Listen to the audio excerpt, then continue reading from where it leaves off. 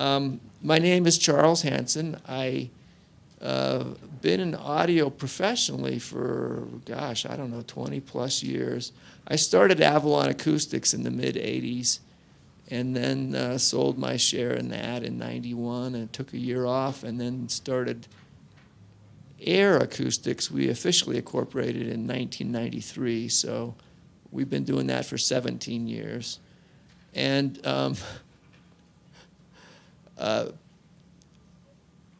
along the way, I've had a few things knocked into my head because I'm kind of thick-headed, and you know, I tend to think that I'm right all the time.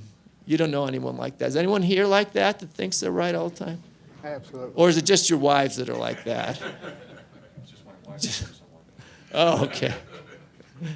So anyway, you know, I'll tell you some stories later about some lessons I learned the hard way, but that's what we're here for, is to try and pass on some of the knowledge that we've learned over the years. And it's kind of a funny coincidence, but Jim and I used to live no more than 20 miles apart 30 years ago. Before I came out here to go to college, I lived in Hampton, Virginia, which is right across the river from Norfolk, Virginia. And Jim was manager of a store there called the Sound Shop. And well, I should let Jim tell that story. So, with no further ado, Well, I can't. I here's have to Jim's. hold this and it keeps popping off. Do you want to talk? Is my to us? voice too loud? Now that I've turned it off? Is my voice too loud? Okay. I'll just use this thing. I'm going to stand, give Charlie the option to stand. I should mention something that many of you don't know. He might not want me to tell you this, but he had some surgery this week. I didn't think he was going to be able to be here. He went out of the way to be here today, and I just want to say thanks for doing that. He went out of his way. So I really appreciate it. He did work at an inferior store across the way from us. But we both sold some of the same products. We had audio research and some products like that. And I started my career in audio about, I'm really old, about 40 years ago. And Charlie worked across the river in Hampton, probably around 73 or 74. Was that 75? Yeah, it was about, I first started, I think in 73, I was in high school, and I didn't have my driver's license, so I had to hitchhike to work. It took me about an hour to get to work, because it was pretty far, and it was just for the summer, but I had a little summer job where I'd go down, work in the repair shop of a high-end store. It was a good shop, but, you know, we always would go, you know, like once every couple of months we get together and say, hey, let's go over to the sound shop, you know, because they got some really cool stuff there. You know, and that was where he worked. Yeah. Well, the way it worked, I don't want to spend too long on reminiscing because we want to get into some of the topics that we have here. But I will say that I've had some people say, well, who is this guy that writes this book? What's his experience? And my experience has been, I was running the sound shop, and one day in 75, this guy walked in the store and said, you're coming to Minneapolis to be our sales manager. And his name was Bill Johnson. I went to work for Audio Research in 76.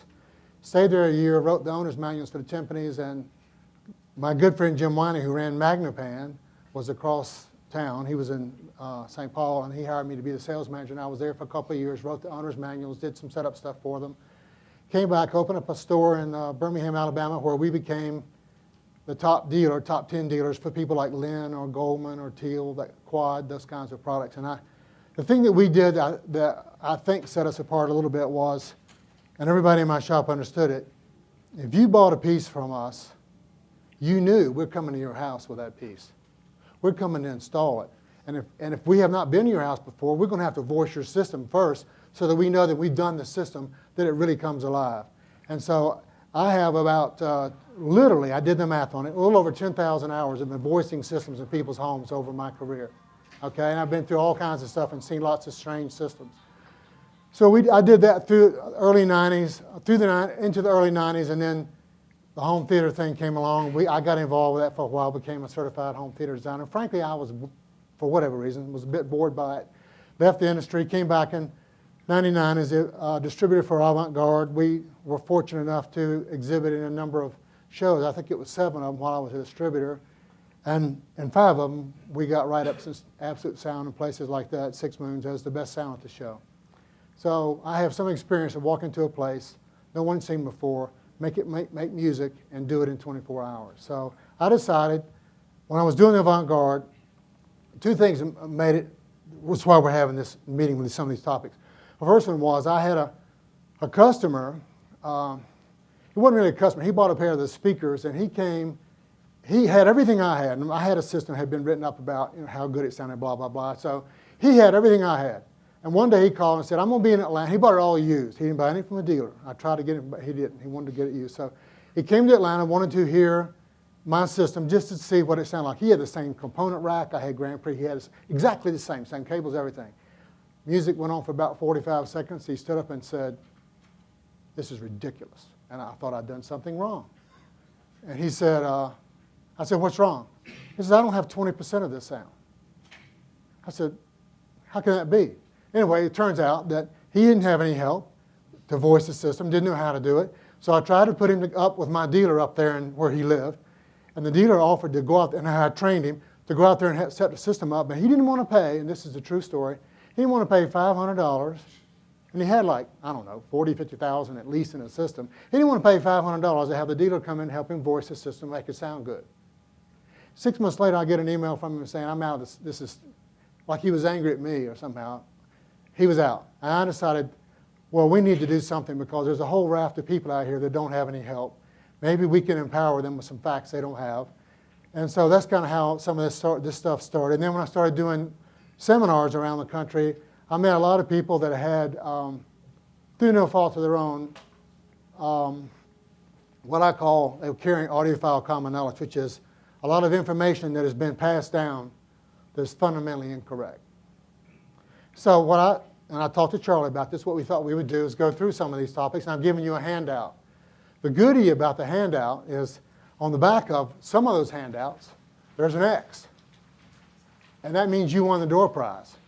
And Ayre is giving out, what is it, Charlie, the IBE disc? Yeah, we have a disc. We call it the IBE disc because we weren't sure what to call it. Can you hear him? Can't You might hear need. me? Okay. I just put an X on mine. It's a special kind of X. You can't duplicate it.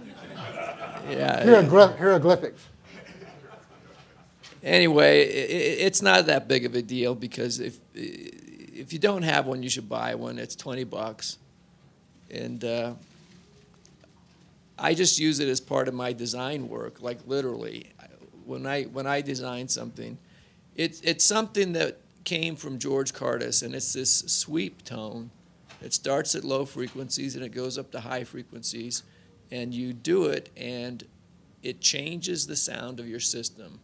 And the best way I can describe it is just like, if you got, it's been winter and you've had your screens up or something, and your windows are dirty, and you take off your screens and you clean your windows, and all of a sudden, like, you can see, and that's just what it does to your system. It just really opens it up and makes it perform to its a higher potential. I mean, there's obviously other tweaks you can do besides this. It's not like this is the only, if you do this, this is the only thing you do. It's like, it's not like you take vitamin C, that's the only vitamin you have to take. There's other vitamins you need to take, too. But we call it the IBE disc. It's short for irrational but efficacious, which means this thing works and we have no flippin' idea how. Like, I'm honest. I mean, I could make up some story about, it realigns the electrons in the, transmogrifier. But really, I mean, I don't know.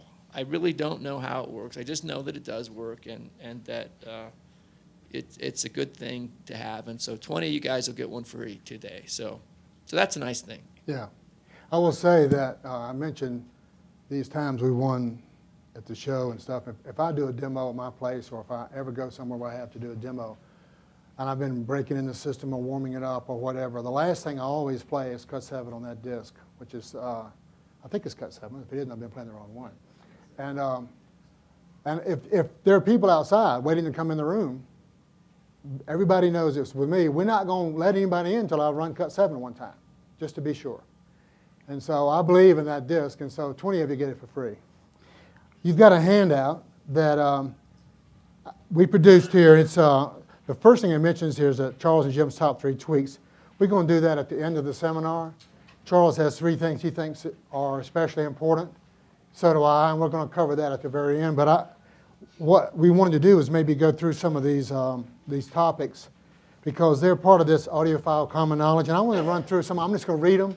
And you might make a note of some of the ones you might want to talk about. And I will. Usually the way this works is people start talking about some of the things. It becomes relatively interactive, and you become the panel. We're just the guys here kind of watching what you're saying and responding to you. And I'm going to run through a few of these. Now, a lot of these are from the book, actually, that I have, but these are the ones that seem to always get people's attention, so I went ahead and put them on the first page. Rooms with non-parallel walls sound better. There's a lot of people, I'm not going to go into it just now. If you want to talk about that, we can. And Charlie and I may disagree on some of these. In fact, I suspect we will. The rule of thirds is a great setup guide. Here's one that I think Charlie knows about. Cathedral ceilings provide great sound. How wide sweet spot is best for great sound? And I'm going through the ones that we have the most topics. A bass is non-directional, so we only need one subwoofer. Wide dispersion is a must for consumer audio speakers. An equilateral triangle set gives the best sound. The best amplification is done with transistors on bass tubes on the top. Speaker setup diagrams that you get from the various manufacturers, if you just follow those, you'll have great sound. There are several known good listening room sizes and dimensions.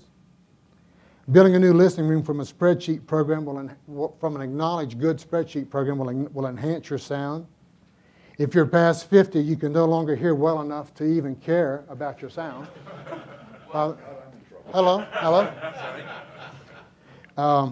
We want to talk about auto room EQ for those that have interest in it. An amplifier must be more powerful if you have to use less volume control to do it. We may talk about the advantage of multiple or not dedicated lines. And then I won't go through all these other ones, but the other ones I've marked. We spend the whole day me just reading it to you, but I put little asterisks by the ones that more often than not that people end up wanting to talk about. And we can't cover all of them, okay? But we can go through a lot of them. And then we'll have some time for some basic questions as well, I hope. So we'll try to set this so where we don't do what the last group did and make you wait, the people outside wait an extra 15 or 20 minutes to do it.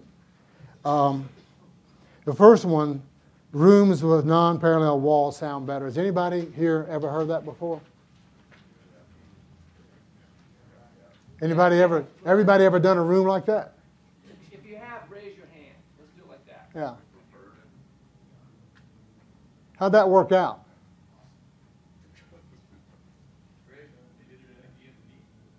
What?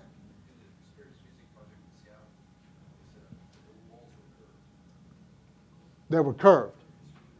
I guess I meant to say straight walls, non-parallel straight walls. A curved wall, if it's curved inward, would give you like a parabolic reflector, actually. Yeah. Yes? What's the downside then of not having a symmetrical room or parallel walls? And how do you deal with the downside? Well, most of us have rooms that have non-parallel walls because the builders are jacklegs a lot of times, and we have non-parallel walls because they're just built that way. But I've also known people that built rooms so that this wall is not parallel with that wall, and this wall is not parallel with that wall. And I'm wondering if you know what are the downsides of doing that. Anybody have any idea? Reflection points, time it takes to get to you.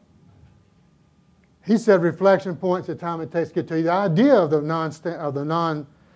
non-parallel walls theoretically will be to minimize reflections. It's going to go there, not come back here. But the issue with that is if the room there's enough of it, what we have is a room that's not repeatable. In other words, you sit here, if you look at the bass response in the room, it's not going to be where it is the same here because the walls are not parallel. And so it's a common thing to hear, and I've done rooms like that. And to be very honest, I would never do it again because it's hard to have a predictable outcome for where the sound is going to be best in that room. And so my philosophy, my thing I would tell you is build a rectangular room and let's work with it best we can. You can do room treatment and stuff like that, but if you exaggerate it with walls that lean and stuff like that, we're going to have all kinds of other issues that can cause us difficulty that we hadn't even, and no good way to handle it. Charlie, do you have an answer, a thought on that? Well, I just wanted to, follow up on that. That's been my experience also, is a nice rectangular room is really easy to work with. You've got a known thing and everything, especially if you can make it as symmetrical as possible. Right. There was one room I heard with non-parallel walls that sounded good. It was the only one I've ever heard that sounded good. It was in Hong Kong, and this was when I was with the Avalon, so this was like in the 88 or something like this. It was ages ago. And like this magazine reviewer was giving me an interview, and he says, "Well, what do you think about listening rooms that are shaped like a cathedral, like the proscenium in a concert hall?" And I said, "I don't know. Does such a thing exist?" And he's like, "Oh yeah." And so they took us over one night to this guy's house, and he was ultra rich, and he had built. So in Hong Kong, everyone lives in apartments. There's no such thing as a house there. So you live in an apartment. He's on a second floor apartment, and he had built in there out of concrete, all the sides, like the sides, the top, the back, everything but the wall behind you and the floor were made out of one big pouring of concrete. And they'd had to go up the alley behind the apartment building and have a concrete pump go up there and do this thing. And before we could go in and listen to the room, we had to go and drink the special tea that came from the mother tree, that's the mother of all tea trees in China.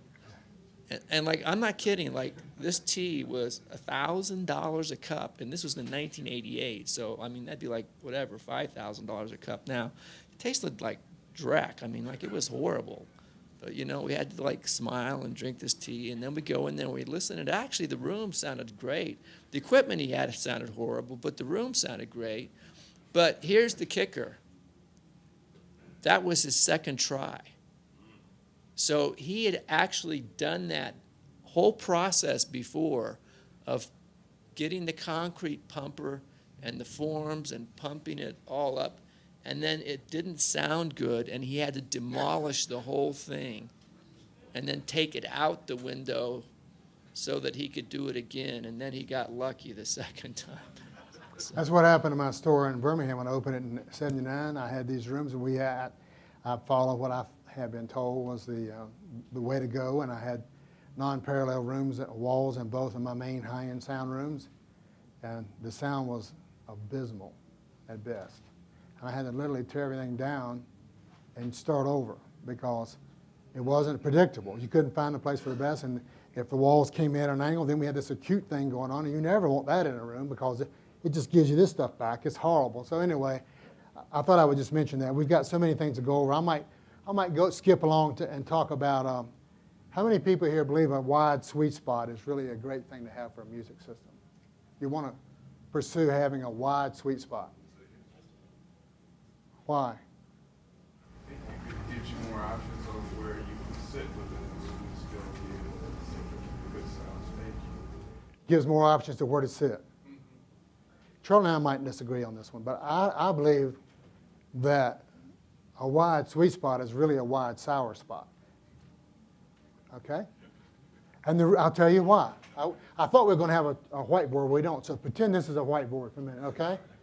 Here's a speaker, and here's a speaker, and here's the seat. We spend a ton of money to get time-aligned speakers. We want speakers that have the mid-range and the bass and the treble time-aligned. And then we think it's okay to sit 2 feet over near the right one to the left one. What happened to our time alignment left to right then? It's gone. You can measure, if you put a monaural signal into your system, and you measure it, and it's flat, but directly between the speakers, okay? And you move over a foot or two, you think it's still going to measure flat? Not close. There's going to be all kinds of little blips in the response. You know what that is?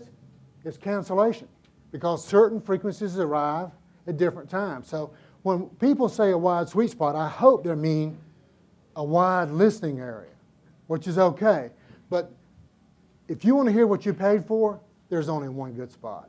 Don't let anybody tell you. When my wife comes upstairs and listens to me, I let her sit in the sweet spot, and I sit in the sour spot, and I'm thrilled that she's in there listening. It's fine. But don't let anybody tell you that it can be a wide sweet spot. It's not. It's not just audible that it's not as good. It's very measurable that it's not as good. Okay? Anybody want to debate that at all? Okay. Just to back that up, I always raise my hand because I like to raise my hand. But we have a listening room in the factory, so when we build some stuff, like you can't just put on a distortion analyzer and go, oh, this is a good sounding amp. So you have to listen to it, see, well, does it sound good or not? And so it's nice to have more than one person in the room at a time because, you can get different opinions and different people might hear different things. Some people are focused. So we always end up with, we just call it the train because we can usually get about 3 people lined up and we're all down the center line of the room, It doesn't work if you're on a date with your girlfriend, but if you're serious about listening to music, you need to be on that center line. And obviously one of those is better than the other ones, but like I said, we call it the train. So that's how we do it. Not elegant, but it works. That is the best way to do it. I think Charlie might have something to do about this one. There's a lot of people that talk about the desirability of building a room or having a room with cathedral ceilings. Now, sometimes that's what you have, and the best thing to do is work with it the best you can. But if you're starting from scratch, is it a good idea to build a room with cathedral ceiling? Anybody have an idea about that? See, they're not raising their hands when I ask. I don't know why that is. Ask the question, like, who thinks it's a good idea to have vaulted ceiling? I'm raising my hand. Come on, if I can do it, you can do it. Don't be afraid. Then wouldn't the vaulted ceiling What is the give you cathedral the... ceiling? Is it flat or is it? Well, usually the difference is a cathedral ceiling is symmetric, and there's a high ridge down the center of the room, whereas a vaulted ceiling is usually asymmetric, and it's low at one side and it goes high at the other wall. And so there's kind of 2 variations on the theme. Can you all hear him in the back? Oh, sorry. I'm sorry. That was working. Okay, so a cathedral ceiling is generally symmetrical, so you have a high point down the center of the room. And then a vaulted ceiling is, the ceiling is sloped and it's low at one wall and high at the other wall. So it's 2 variations on a theme, okay? And generally the sonic result for either way is about the same, usually. There's one way you can get a vaulted ceiling to work, kind of, sometimes. But a cathedral ceiling, in my experience, is probably one of the worst things you can do to a room. But what do you think, Jim? I don't know. I'm just here to hear what you had to say about it. Again, I think there's several issues. One is the echo that comes back from that acute angle. Another one, and we have another time where our room is not repeatable. In other words, if the standing waves in the room are such that, left or right or this wall are such, you can determine where there's going to be a bass peak and a bass, I don't know if you know this, but below about 300 cycles, it's called the boundary dependent region. Boundary means walls, ceilings, floors. As you go down below 300 cycles, there starts to be an unevenness in the bass response. in the room. And what we try to do always is find the best place to sit. However, when you have a cathedral ceiling, it gets exaggerated, because if you move over this far, that boundary, this distance change. Guess what happens? That's measurable. You will see a difference in the frequency response in the bass from here to the ceiling than you did from here to the ceiling. So it's not, I'm not saying if you have it that you shouldn't work with it. I'm just saying there are people that think that's a cool thing. It's going to give this big open cathedral sound. And I say in my book, where's the best place for a cathedral ceiling? In a cathedral, not in a home. Okay? If you do have a vaulted ceiling, the one thing I found that can help mitigate that is if you put the speakers along the short wall and put your listening couch along the long wall, so that the sound from the speakers is kind of opening up into the room, then that can work fairly well. Yeah. And that's about the only way you can salvage that. But any other orientation just doesn't work. There's so many here, we're going to run out of time. So one of the pet peeves I have, or I run into all the time, is people, I travel around the country and I have voice systems in their homes, and people read the book. I make them buy the book first, but really it's just so that, if they don't like the way I say it, then they don't want me in their house, that's for sure. So I end up going there, and they have, a lot of them have rooms that have been designed with a spreadsheet. Or how many of you here have, and you have to raise your hand this time, how many of you have seen the various diagrams from the manufacturers, speaker manufacturers, cable, they give you a diagram, then if you'll just do that, it will be sonic nirvana. Has anybody seen that? How many of you have found that to be true?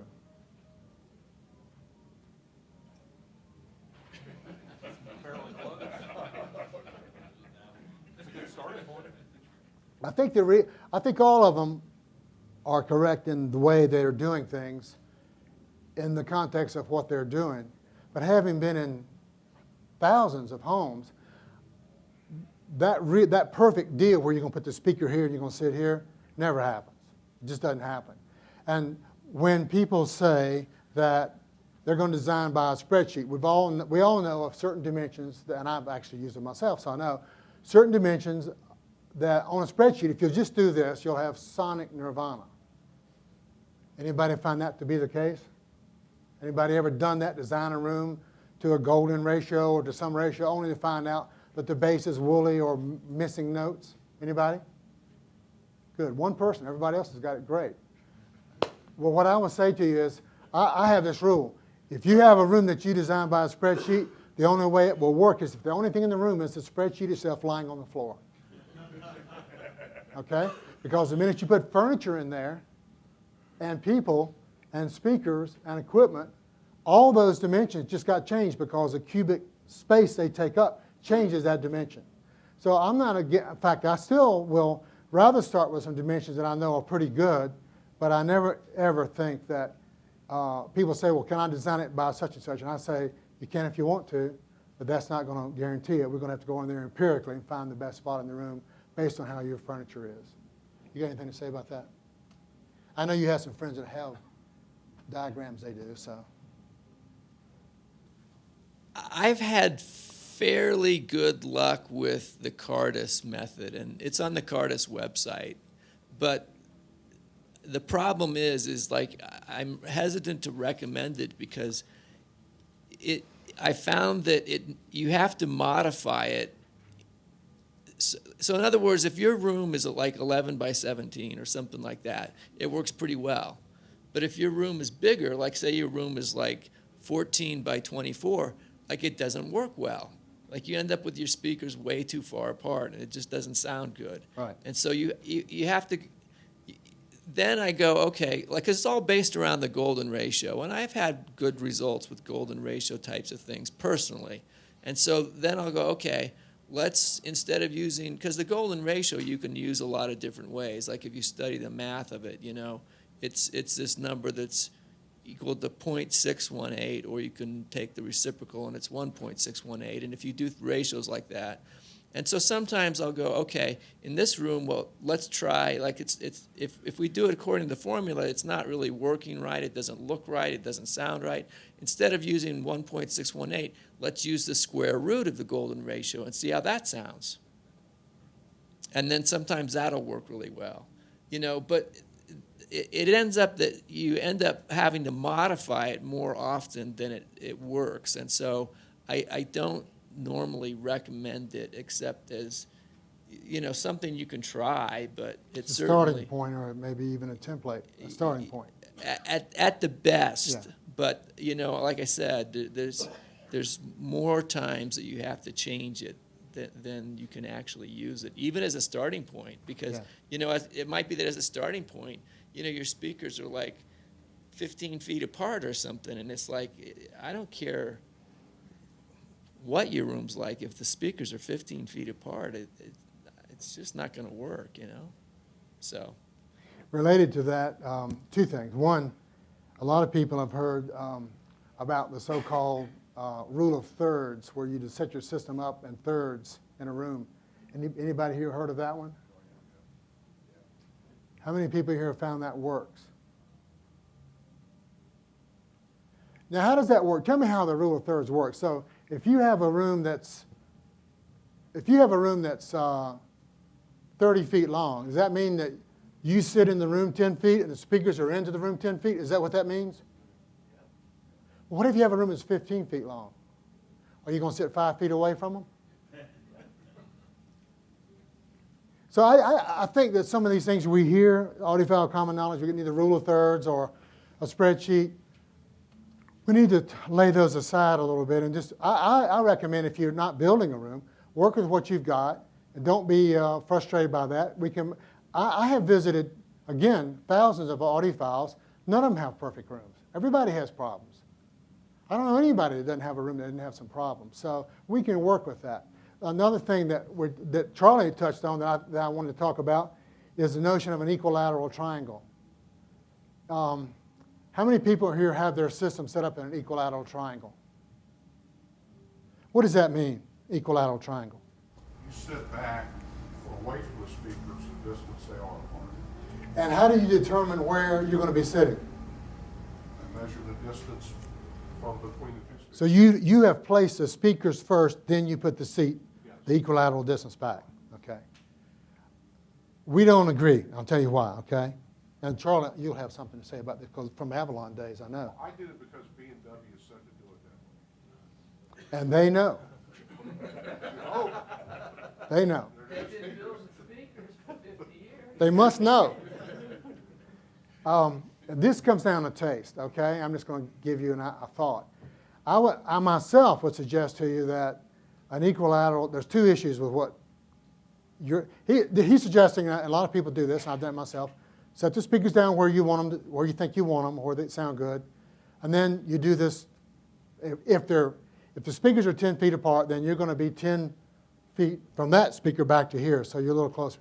For me, an equilateral triangle brings the speakers too far apart. For me, okay, I can get pinpoint imaging, but I never get music that speaks to my heart because the sound to me is too thin. Now, you don't agree? No, I've never actually tried an equilateral. Have you ever had them that far apart where they were as far apart as you are from them? That's an equilateral. I mean, No, I've never. what happens when you get them too far apart? I tend to like the speakers a little bit closer together than I'd say the average setup that I've seen. Right. I mean, it's always a trade-off, because what happens is as the speakers get closer and closer together, you tend to get more focus and image density, so that each of the images of the instrument sounds more solid and real. But it also kind of gets clumped up as it gets closer. And as you spread them apart, now things start to open up, and there's more space between each instrument. But each instrument kind of starts to sound like a ghost of an instrument instead of a real instrument. And so there's definitely a trade-off, you know, when you're going on the width. And that's not even taking into account what you're doing as far as the bass response and the interaction with the nodes in the room and, you know, all kinds of different things. But just in terms of the sheer width. And so I generally like to have them a little bit closer because I just like that focused, solid sound. And I'm not so... But I've also heard rooms, you know, where I walk in and I go, boy, I wouldn't set it up that way, but that's kind of cool. Like, it just sounds really big and it fills up the room and it's kind of cool, you know, so. Well, I hear what he's saying. I've also experienced that, but for my own purposes and for doing demos, I'm going to land on the side of having the speakers closer together than I am from them for a number of reasons. The image density is important. I think there's something called harmonic density that's going on. The instruments sound warmer as they get, I mean, the sound becomes a little warmer. As you pull it apart, the sound sounds a little thinner. It doesn't cost you anything to try it. But the other issue that I think has to do with this is some people are starting with, well, I'm going to put the speakers here, and then I'm going to sit that distance back. I'm a little bit different in that respect. I believe that the most important thing you can do in any room, if you can do it, is find where to sit first, then put the speakers in place. Because if the room has certain standing waves where 2 feet forward, there's a suck out of 80, and 4 feet back, it's 120, is there a place in the room where, if you have the flexibility, where the bass is overall the smoothest? And I believe that the best bass is not necessarily the deepest bass, but it's the bass where most of the notes are there, okay? You don't have a place where there's this booming bass going on here, and gosh, the guy's going up the scale, and all of a sudden that note dropped out.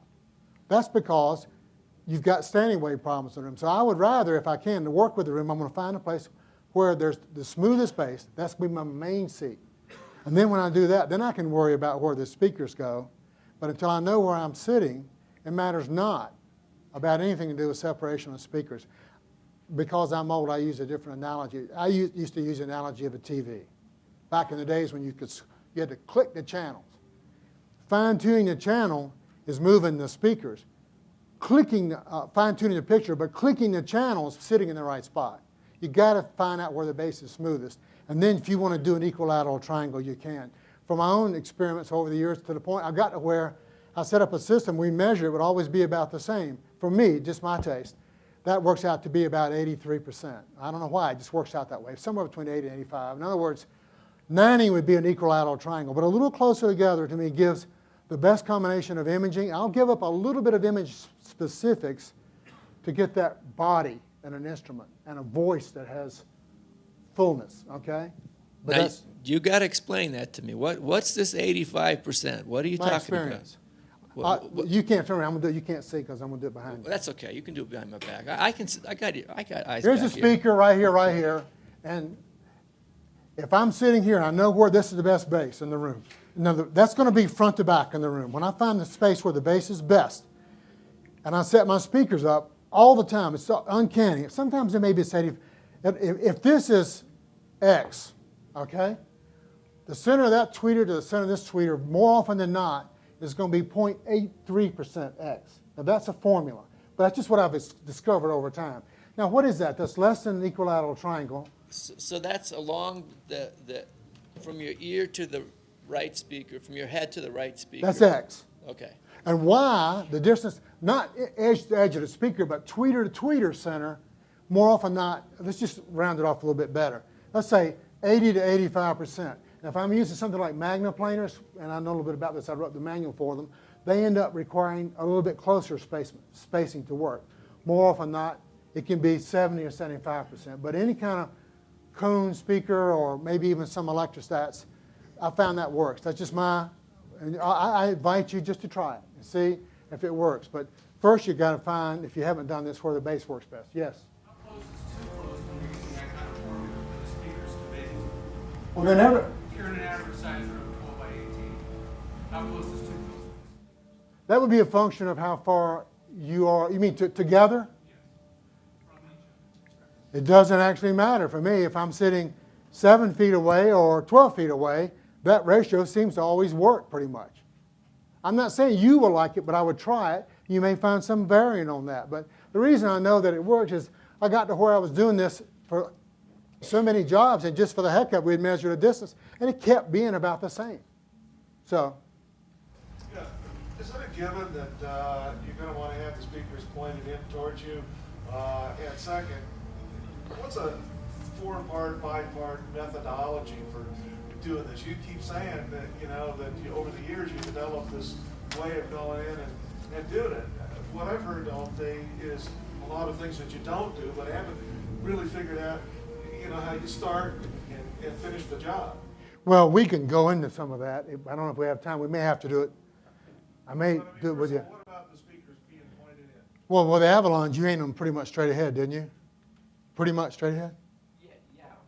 He's asking about It toe in. always How takes much toe in? it takes a little while for this microphone to right. lock onto the receiver, so keep shutting it off. I should leave it on. Probably different speakers behave differently, but the Avalons, they're a little bit unique. I mean, there's a few other companies that do that too. Behind the grill is a felt blanket. When we started up, Spica and Vandersteen were about the only companies that were doing that, and then we do it, and now some other companies are doing that too, and with that felt blanket on, like, basically, for whatever reason, I don't really know, like, it just seemed like, it's just like he was saying, like, we'd go into rooms and try different things, and it seemed like it always sounded best when it just had just a hint of toe in. Yeah. Like, not straight ahead, and certainly not pointed straight at you. Pointed straight at you, I've never heard of speakers. I'm sure there are some speakers that sound great pointed straight at you. I just never heard them myself. But just a little hint of toe in, so you'd see,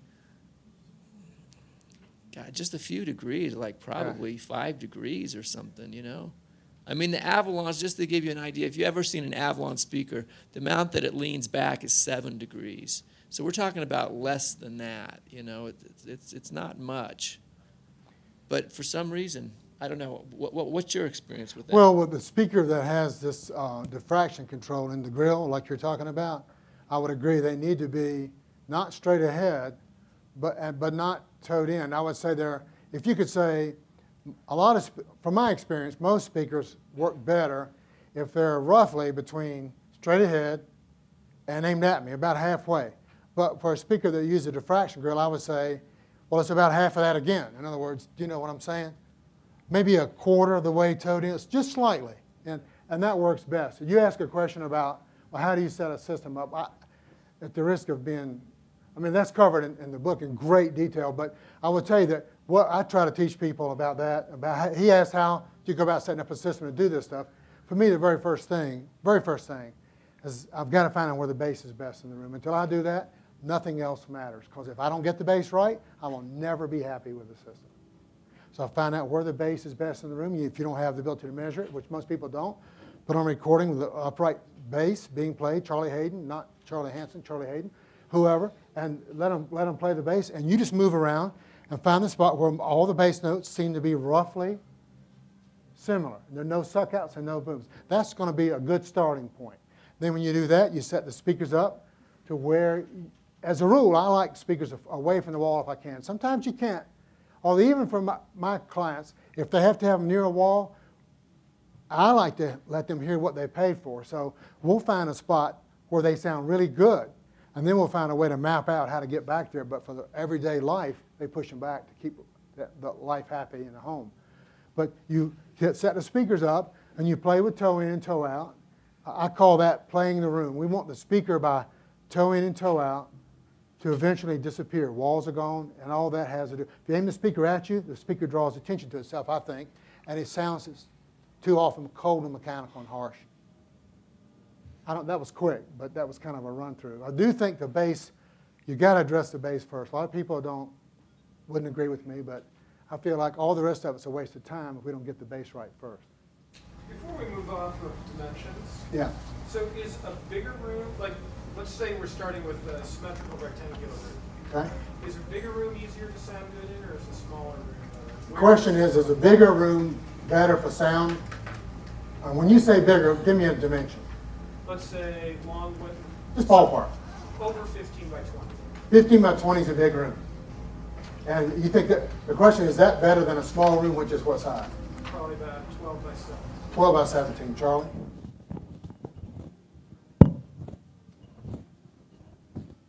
I've heard good, I mean, to me, that's not a very big range. I mean, you're talking No. about, to me, Well, like I'm saying a smaller and bigger, so like Um, a big room to me would be like 22 by 35 or 25 by 35.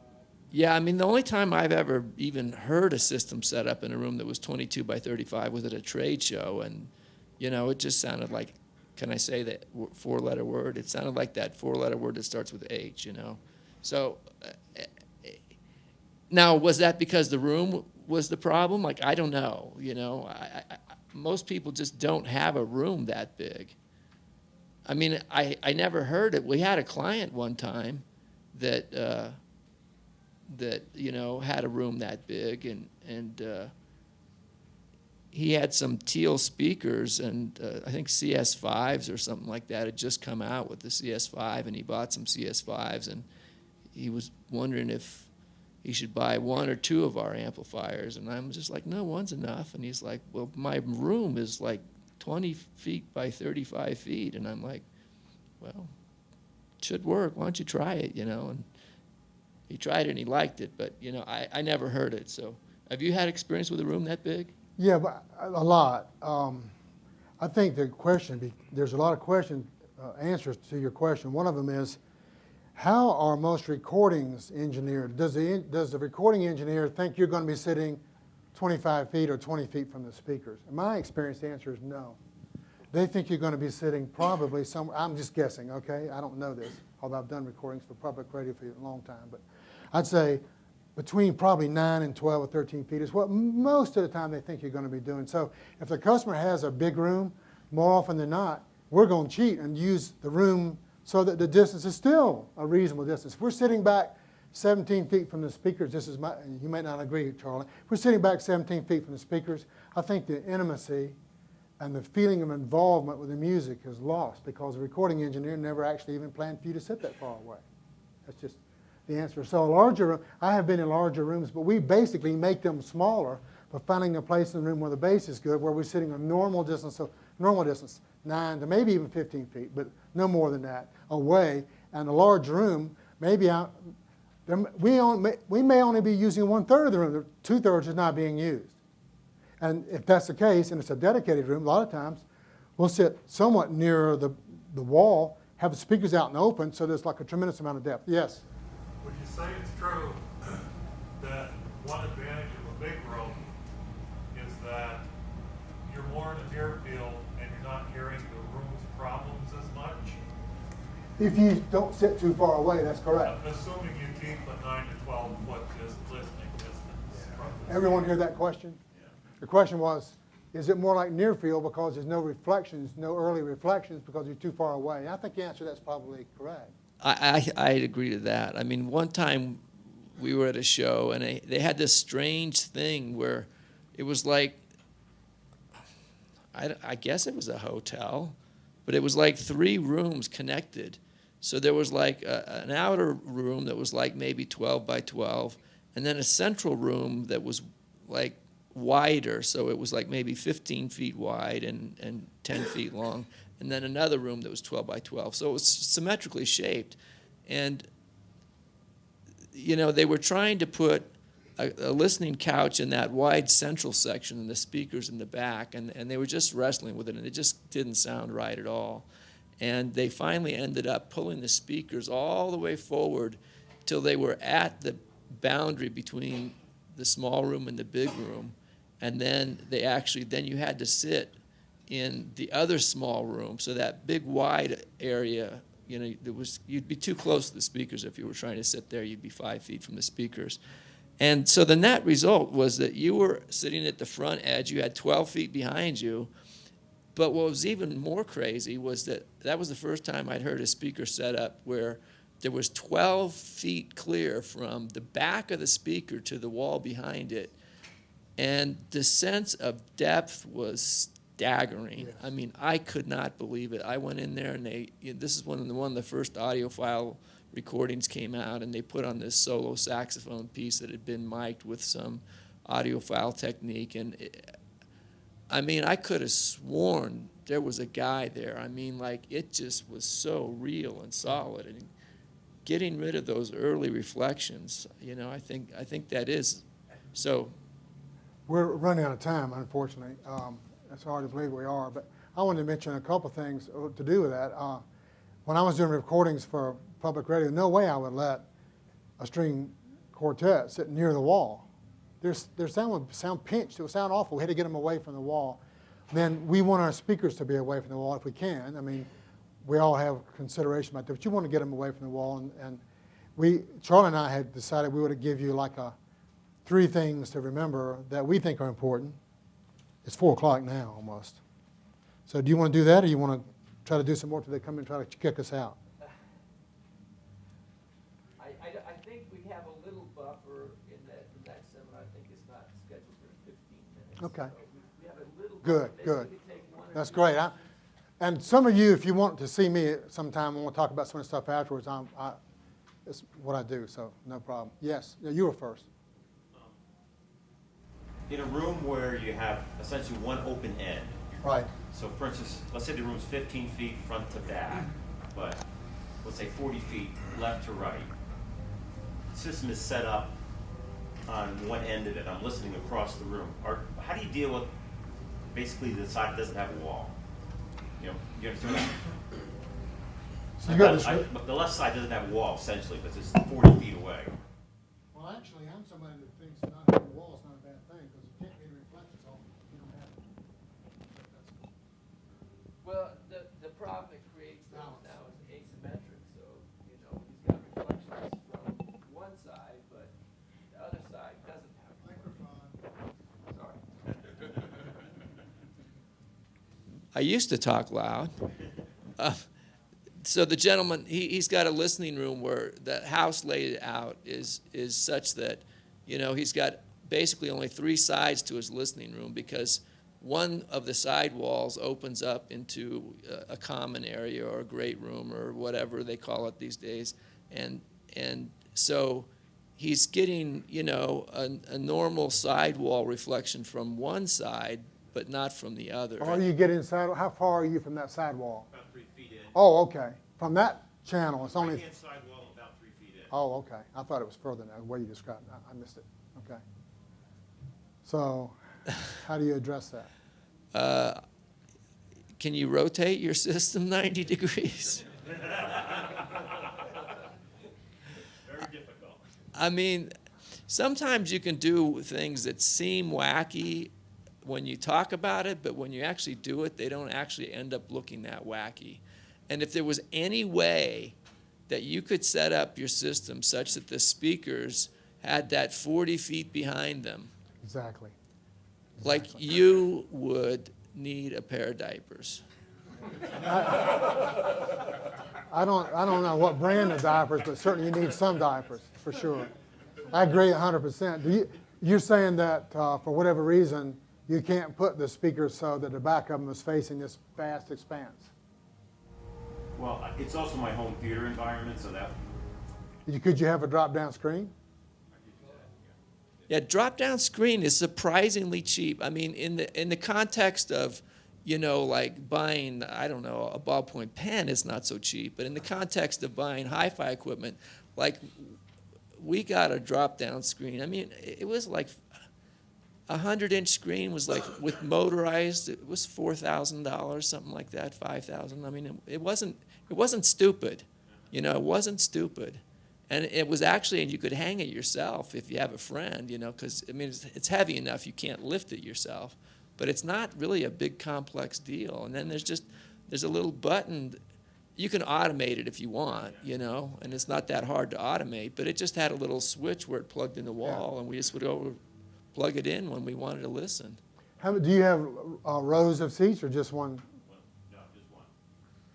One couch. To go along that line a little bit, I mean, I can remember, I'll never forget this, in '77, Jim Winey came to dinner at our house, and I was working for him, and he came downstairs to hear my system, and I had these MG2s set up a certain kind of way, and the room was an L shape. And so we're sitting in the little part of the L, and then way back was the L going this way.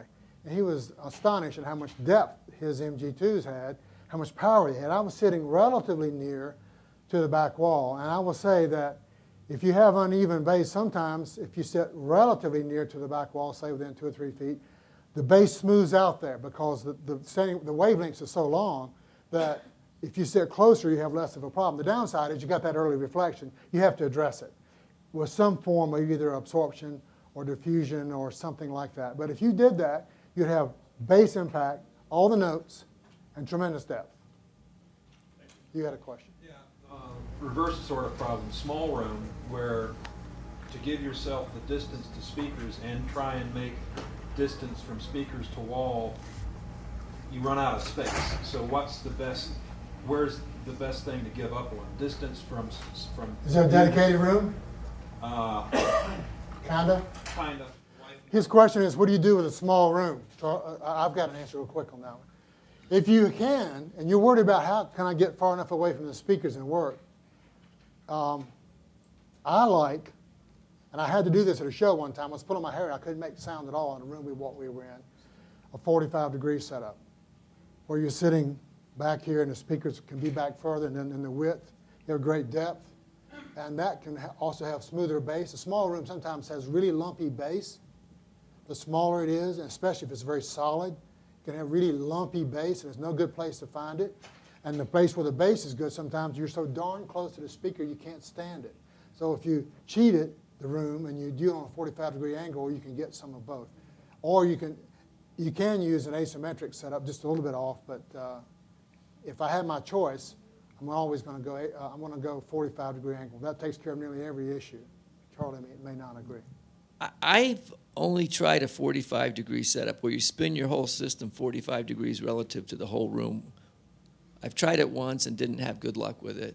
In a small room, where I've had better luck, you're saying, should I give up room like behind the speakers or between me and the speakers or between me and the back wall? I would say the first place is between you and the back wall. I mean, even the guy that started Audiophile, the German speaker company, he says, put your listening couch as close as you can to the back wall. In fact, if you have a couch, that's bad because the thickness of the cushion is going to keep you away from the back wall. So get right up to the back wall and then put your speakers like at the halfway point of the room so that you can get as much room behind them as possible. And I've never tried quite that, but I've tried things approaching that with good results. So a couple of different things to try. The thing is getting really close to the back wall. It's the same thing I was talking about. I actually endorse that, and I do that in the book as well, is that you have to really find a way to address that reflection off the back wall, because if the sound's coming to you and hitting that back wall and coming back, it's going to give a smearing effect to the sound. You don't know it's smeared. In fact, people say, well, it's more spatial or whatever. That's exactly backwards. If you listen to a choral recording and you've got sound bouncing off the walls, you'd be shocked when you stop that bouncing off the walls how much more decay there is in the recording. So if you're going to sit close to the back wall, as I do in my own, I'm about 20 inches away from the back wall, but I have some panels behind me that I've managed to move so that it sounds neutral. But I agree that certainly if you can get there and then you can get some room behind the speakers, you can get the best of both worlds. But I will say again, having done, especially small square rooms are horrible because the dimensions are the same. 12 by 12, 10 by 10, whatever. They have all kinds of problems in the bass. And so if you tilt the room at 45 degrees or you sit back in this area and the speakers are in the wider part, you've got this special room behind you. Sometimes you can get the sense of depth and you can get very tuneful bass where you couldn't get it at all before. And that's what happened the year that Robert Harley gave us Best Sound to Show, blah, blah, blah. I had been pulling my hair out for like 6 hours trying to make that room work. It's a rectangular room. You don't pick your mic up, I drop mine. Is the basement room any better than a regular? I don't know. It depends on the floor. I'm a big fan on. I'm not a big fan of a concrete floor. People have wood. Charlie may disagree. If you start getting too much concrete, it's so rigid that you end up with, it's difficult to control the standing waves. And the problem with anything, and this includes like some of these, even like the so-called really good 16-inch, tuned absorbers and blah, blah, blah, they don't go below 80 hertz. I don't care what they say. They're liars, and so you got a half-inch of carpet on there. That's exactly right. It's not going to do anything below 300 hertz. It's just not. Now, that being said, like I lived in a house one time that had insane sound in the basement, and it was a concrete floor, and like it's not a very big basement, and I think the only reason it sounded good was it was an unfinished basement, and so the ceiling was rafters. Now, I've had really bad sound from structures like that can, so in other words, the ceiling was like every 16 inches there was a 2x10 coming down, going crossways. And so, you can get sound resonating up there, and you can get all kinds of problems like that. And I've really had to fight those in some of the commercial buildings I've been in. But for some reason in this room, I don't know if it was because those structures were wood or what, but it just worked like that. That was one of the best sounding rooms I've ever heard. And, go figure.